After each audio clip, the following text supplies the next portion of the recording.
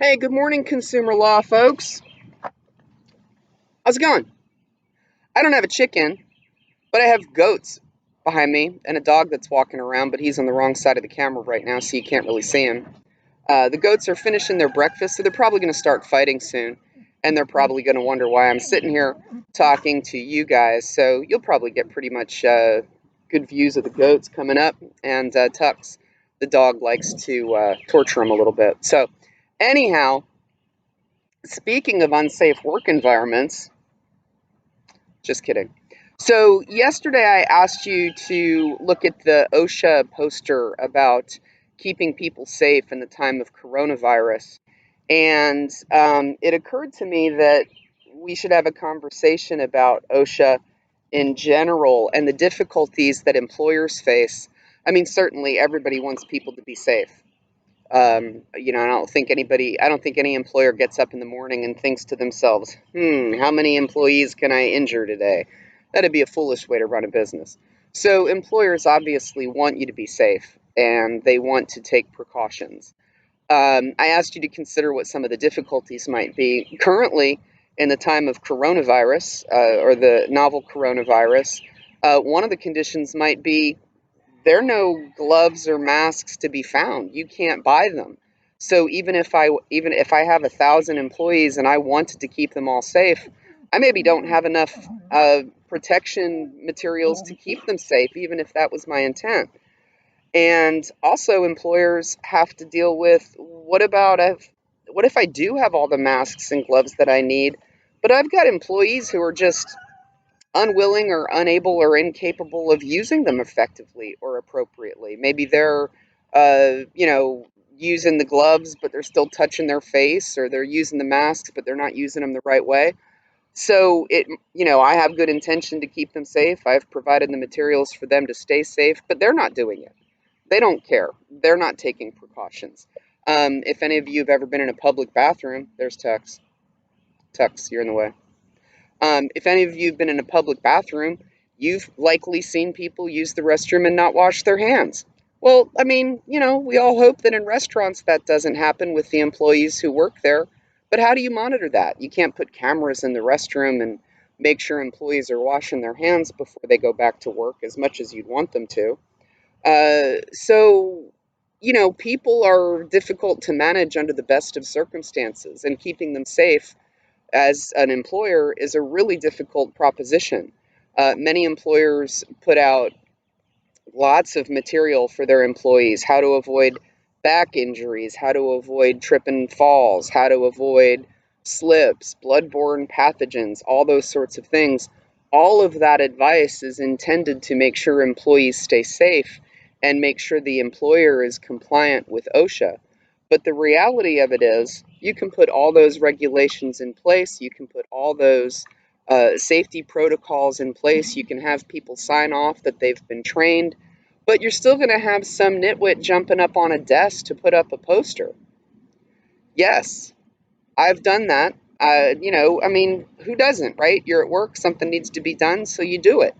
And that may not be the safest thing to do, and your employer might cringe when they know that you've done it, but ultimately, a lot of jobs are like that. If something needs to be picked up or carried, employees oftentimes will just do it, even if it says, two-person pickup, or, don't pick up this way, or, get help from a teammate, whatever.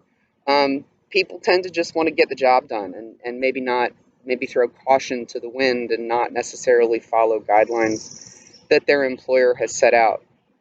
Um, so OSHA is it's certainly useful and necessary to make sure employees are safe on the job, but there are some inherent limitations of it because people gonna people, and it's really hard to keep them safe when they don't even necessarily try to keep themselves safe. The other side of OSHA is, what if you have a really particularly bad employer who really doesn't care about safety? They cut corners, or they're not, I don't know, they have unsafe conditions. Let's just say that.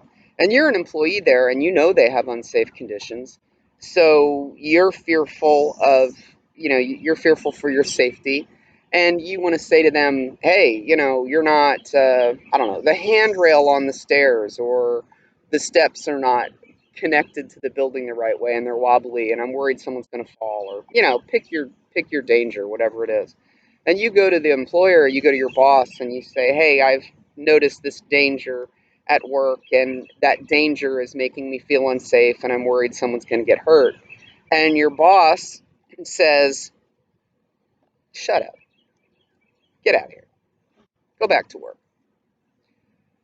Well, then you're faced with a really difficult financial and moral dilemma because, yeah, you can make a big deal of it. And yes, there are protections in place for people who blow the whistle, but those protections aren't instantaneous. And once you blow the whistle in a workplace and get your boss and managers in trouble for a dangerous situation, I would imagine that the workplace environment for you is then a little hostile. I would imagine that you are not the most favorite person at the company picnic. So, a lot of times people see unsafe conditions, and rather than kind of rock the boat, they just kind of ignore it and keep themselves safe. But that's the limitations of the regulation managing things. It's just kind of like what we were talking about with discrimination. Yeah, you can have all these great intended laws put in place to stop people from discriminating. But if someone's going to discriminate, they're going to find really insidious ways of doing it oftentimes. And people who complain about it are often, they are marginalized or ostracized and pushed off to the side. So it makes it kind of difficult. I guess the answer is, getting together with enough employees who also have similar interests. If everybody agrees that something is unsafe, then the employer would be more likely to act to fix it rather than retaliate against the person who complained about it. So, tomorrow we're going to talk a little bit about the FMLA, and I'll have an assignment for you that goes with that. Today, I just wanted you to, if you want to kick around on the OSHA website, there's some interesting stuff on there regarding coronavirus, which is applicable to us in our present day time. Um, just a quick question. If you work in a grocery store, or you know anybody who works in a grocery store, should they be required? Should the grocery store be required to have masks and gloves available? And can they require that you wear them? That'll prove that you got to the end of the video. Answer in the comments below.